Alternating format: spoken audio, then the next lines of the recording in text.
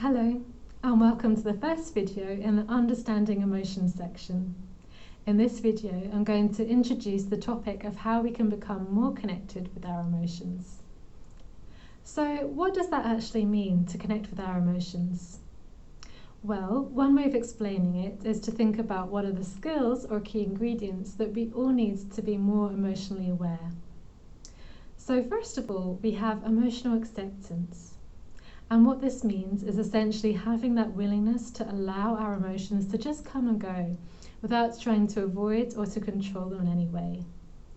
Now, this might seem counterintuitive, and often the temptation is to try and avoid or to push those difficult emotions away.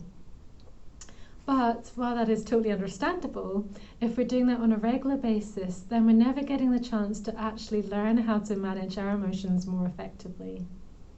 And as well as that, you may have noticed that trying to get rid of unwanted emotions doesn't work very well at all. In fact, if we try and ignore or fight against the emotion, often it just gets bigger and bigger to try and grab your attention.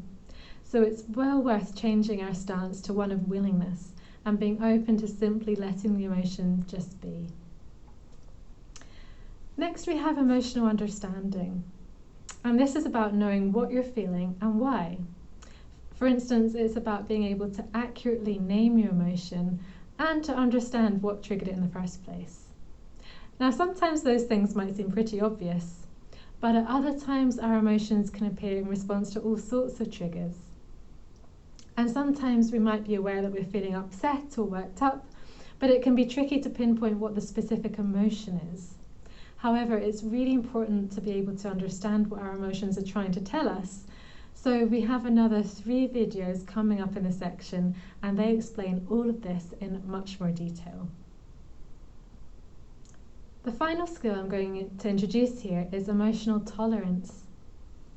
What we mean by this is, rather than reacting straight away to the emotion, we can try to simply observe it and stay with it for a while. And this means that we're giving ourselves a chance to understand and name the emotion, so that if we do decide to respond to it, then we can do so in a thought-through and considered way. And hopefully this means that instead of being at the mercy of our emotions, we can start feeling more in control of how we respond to them. And in fact, our emotions are temporary. No matter how strong or intense they feel, they don't last forever. So sometimes it might be the case that we'll simply observe the emotion while it lasts, without doing anything at all.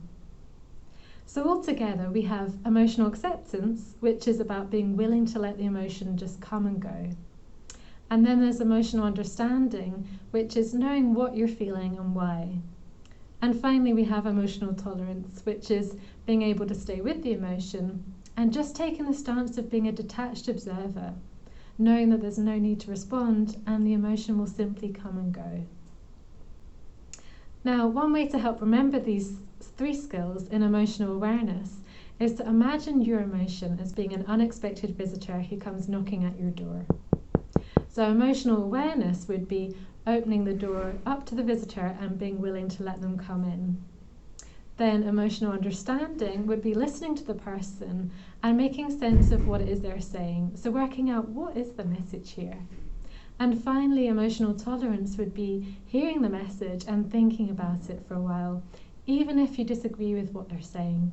After all, you don't need to react, and they will eventually leave. Now, these skills do take practice, but if we can improve our emotional awareness, then we're in a much better position to be more connected with our emotions without being overwhelmed by them. And this is a really key part of emotional regulation and sets you up very well for using the other resources from this course. Now, the handout that goes with this video shows you how to develop and start practicing these skills, so I do hope you find those really helpful. And the next video on understanding emotions looks at how our emotions are made, which is a key part of connecting with our emotions. So do watch that one next. Many thanks for watching this video, and goodbye for now.